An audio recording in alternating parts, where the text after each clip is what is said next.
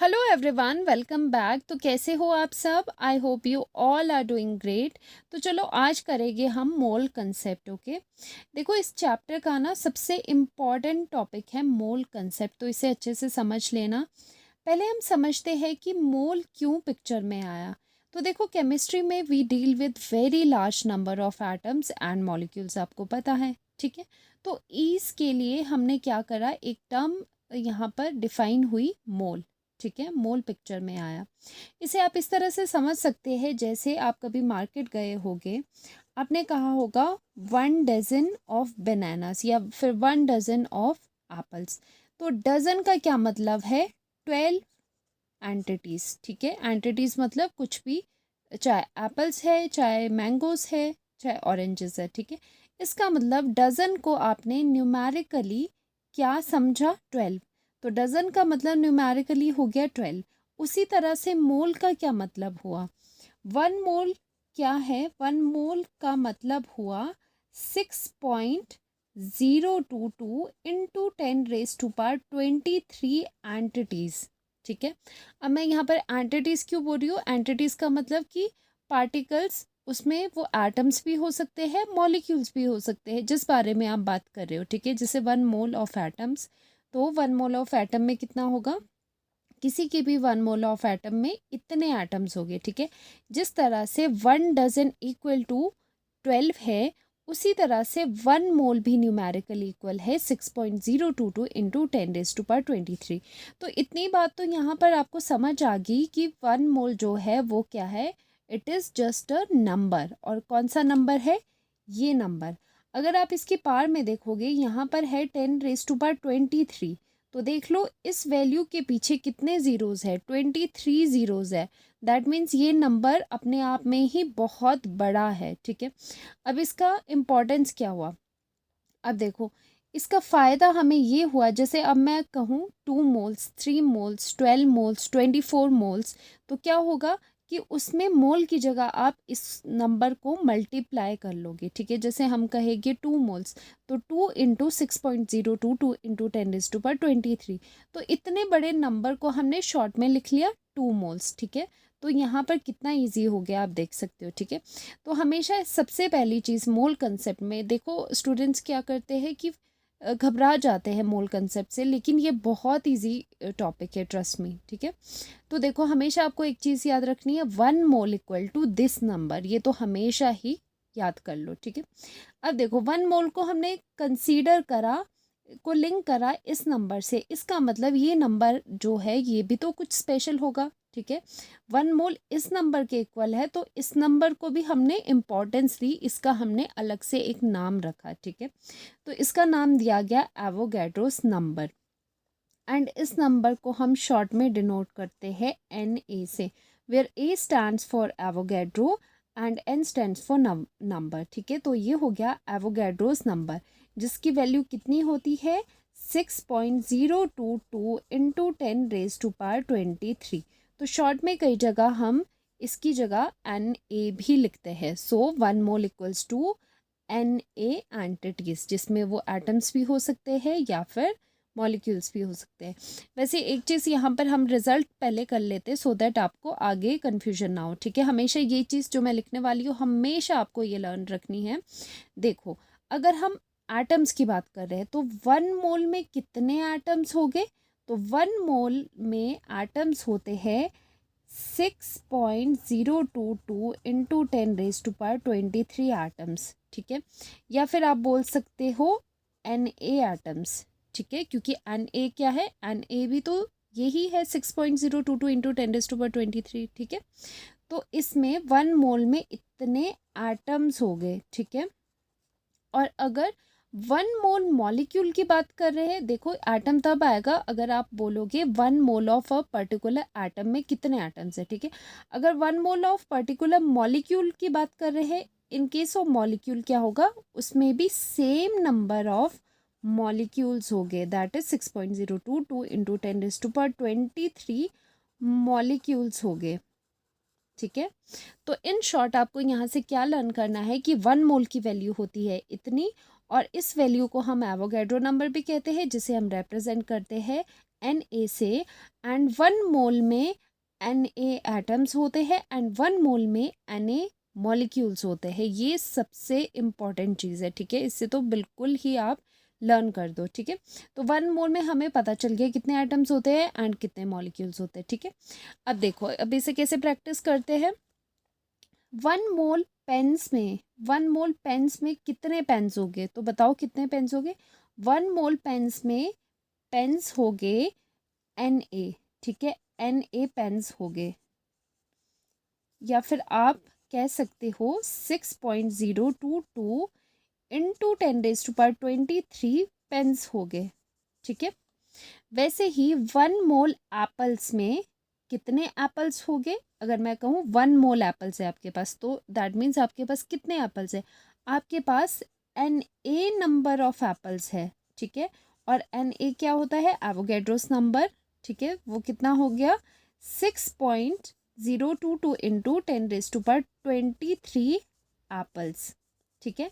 तो हमने जस्ट क्या किया, हमने 1 मोल की जगह ये वैल्यू लिख ली, बिकॉज वी नो दैट ऊपर से देखो 1 मोल में कितनी एंटिटीज होती है, तो एंटिटीज वही चीज़ होगी जिसकी भी आप बात कर रहे हो। 1 मोल एंटिटी, 1 मोल में कितनी एंटिटीज है 6.022 इंटू 10⁻23, इसलिए 1 मोल की जगह हमने रिप्लेस कर दिया इस वैल्यू से, ठीक है। आई होप यहाँ तक कोई कन्फ्यूजन नहीं होगा।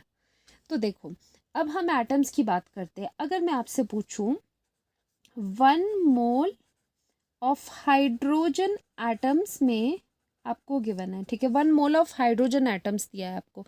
अब इसमें कितने एटम्स है एक्चुअली, तो आप कहोगे इसमें कितने हैं, Na हाइड्रोजन एटम्स है, इसमें है 6.022 इंटू 10⁻23 एटम्स, ठीक है। आप ये कहोगे, बिकॉज देखो अभी हमने करा ऊपर 1 मोल में कितने एटम्स होते हैं, Na एटम्स होते हैं, ठीक है। तो वही मैंने लिख लिया। अगर मैं आपको पूछूं 1 mole of hydrogen, sorry, water molecules, अब मॉलिक्यूल का ले लेते हैं एक एग्जांपल। 1 मोल हाइड्रोजन मॉलिक्यूल्स में कितने मॉलिक्यूल्स है, तो मॉलिक्यूल भी कितने होते हैं 1 मोल में, Na, तो इसमें भी 6.022 इंटू 10⁻23 मॉलिक्यूल्स प्रेजेंट हो गए, ठीक है। इन शॉर्ट 1 मोल का मतलब होता है 6.022 इंटू 10⁻23, ठीक है। अब हम चलते हैं अपने डेफिनेशन की ओर। 1 मोल की ये डेफिनेशन है, ठीक है। तो मैंने जैसे पहले भी मैं कैसे करवाती हूँ आपको, डेफिनेशन को आप सबसे पहले समझो, उसके बाद डेफिनेशन अपने आप बन जाएगी, ठीक है। तो चलो समझते हैं इसको।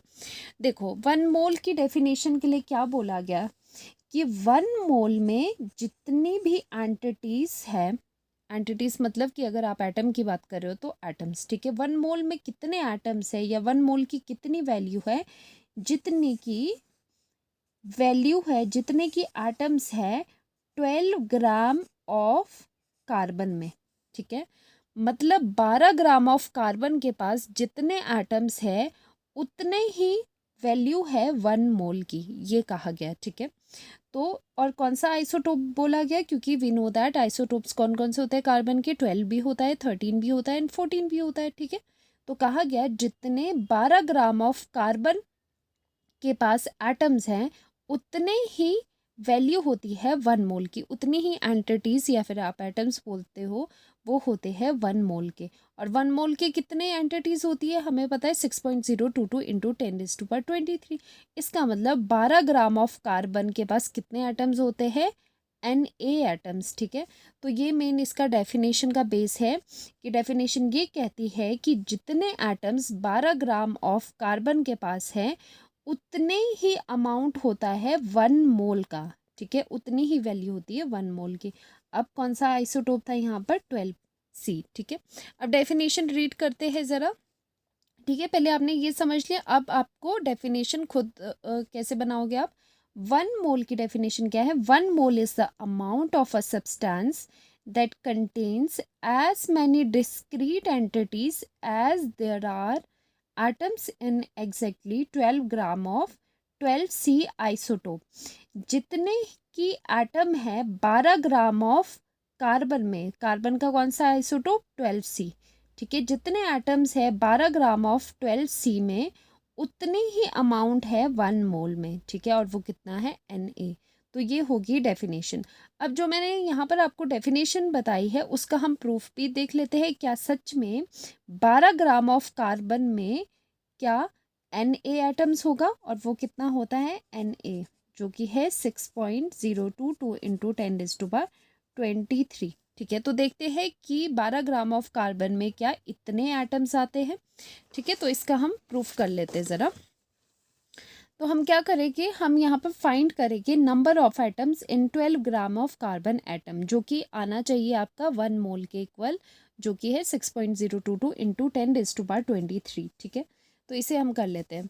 देखो, सबसे पहले आपने कार्बन लेना है। ठीक है, कार्बन में आपको पता है इलेक्ट्रॉन्स भी है, प्रोटॉन्स भी होते हैं, न्यूट्रॉन्स भी होते हैं किसी भी एटम में, लेकिन हम masses only protons and neutrons के लेते हैं, बिकॉज जो इलेक्ट्रॉन्स होते हैं वो क्या होते हैं, दे आर वेरी लाइट और उनका मास निग्लिजिबल होता है। इसीलिए जो मास ऑफ एन एटम है वो कॉन्स्टिट्यूट करता है by the mass of protons and neutrons. ठीक है, साथ ही में हमें ये पता है mass of the proton equal होता है मास ऑफ न्यूट्रॉन के। ठीक है, और वो वैल्यू क्या होती है, दोनों इक्वल है, and value is 1.66 into 10⁻24 -24 grams.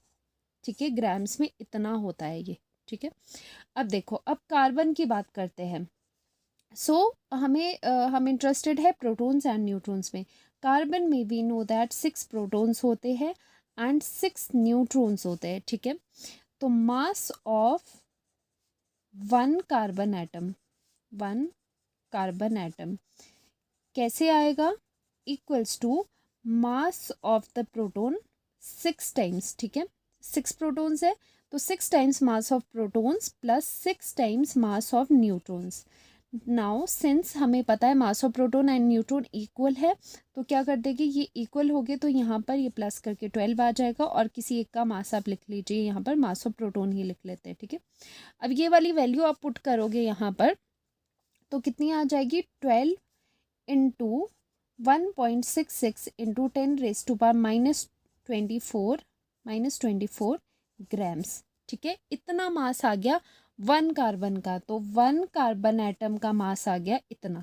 ठीक है, अब क्या करेंगे, हम यूनिटरी मेथड ज़रा लगा देते हैं। ठीक है, तो यहाँ से आपको क्या बात समझ आई, यहाँ से हमें ये चीज़ समझ आई कि देखो 12 इंटू 1.66 इंटू 10⁻24 ग्राम्स, जो कि ये वाली वैल्यू है। ठीक है, तो इतने ग्राम जो है, इतने ग्राम में कितने एटम आ रहे हैं, इतने ग्राम में सिर्फ एक कार्बन एटम आ रहा है। ठीक है, तो हम लिख लेते हैं इतने ग्राम में कॉन्स्टिट्यूट हो रहा है 1 कार्बन एटम। ठीक है, इतने में सिर्फ एक कार्बन एटम आ रहा है इतने मास में, तो 12 ग्राम्स में कितना आएगा, बिकॉज हमने क्या निकालना है, हमने फाइंड आउट करना है कि 12 ग्राम कार्बन एटम में 12 ग्राम कार्बन में कितने एटम्स आते हैं। ठीक है, अब देखो, तो 12 ग्राम में कितना होगा, यूनिटरी मेथड लगा दोगे 12, और ये नीचे डिवाइड में चला जाएगा, 12 इंटू 1.66 इंटू 10⁻24 एटम्स। ठीक है, जब आप इसे सॉल्व करोगे, सॉल्व करने पे इसकी वैल्यू आती है 6.022 इंटू 10⁻23 एटम्स ऑफ कार्बन। तो देखो, तो यहाँ से क्या चीज़ आ रही है, यहाँ से हमने न्यूमेरिकली भी देखो सॉल्व करके निकाल दिया कि 12 ग्राम ऑफ कार्बन में कितने कार्बन एटम्स हैं, उसमें है इतने कार्बन एटम्स, और ये क्या है, Avogadro's number. And we know that mole में कितना होता है, 1 मोल में कितने एटम्स होते हैं, 1 मोल में होते हैं 6.022 इंटू 10⁻23 एटम्स। ठीक है, जो कि इक्वल है 12 ग्राम ऑफ कार्बन में जितने एटम्स हैं। ठीक है, वो भी इतने 12 ग्राम ऑफ कार्बन में भी इतने एटम्स होते हैं, और 1 मोल में भी इतने ही एटम्स होते हैं। ठीक है, तो यहाँ से भी हमने ये चीज़ प्रूव कर दी, जो कि डेफिनेशन में हमने पढ़ी थी कि डेफिनेशन 1 मोल की क्या बोलती है कि जितने 12 ग्राम ऑफ कार्बन में एटम्स है उतने ही 1 मोल में एटम्स है। तो देखो यहाँ पर ये प्रूव हो गया। ठीक है, तो इस लेक्चर को मैं यहीं पर एंड करती हूँ, कुछ ज़्यादा ही लंबा हो गया। ठीक है, नेक्स्ट लेक्चर में हम क्या करेंगे, हम मोलर मास को समझेंगे, मोलर मास और मोल के बीच में क्या रिलेशन है, और साथ में उसमें मासेस क्या होते हैं उनके, molecular gram atomic masses and gram molecular masses क्या होते हैं उसे भी अच्छे से हम समझेंगे।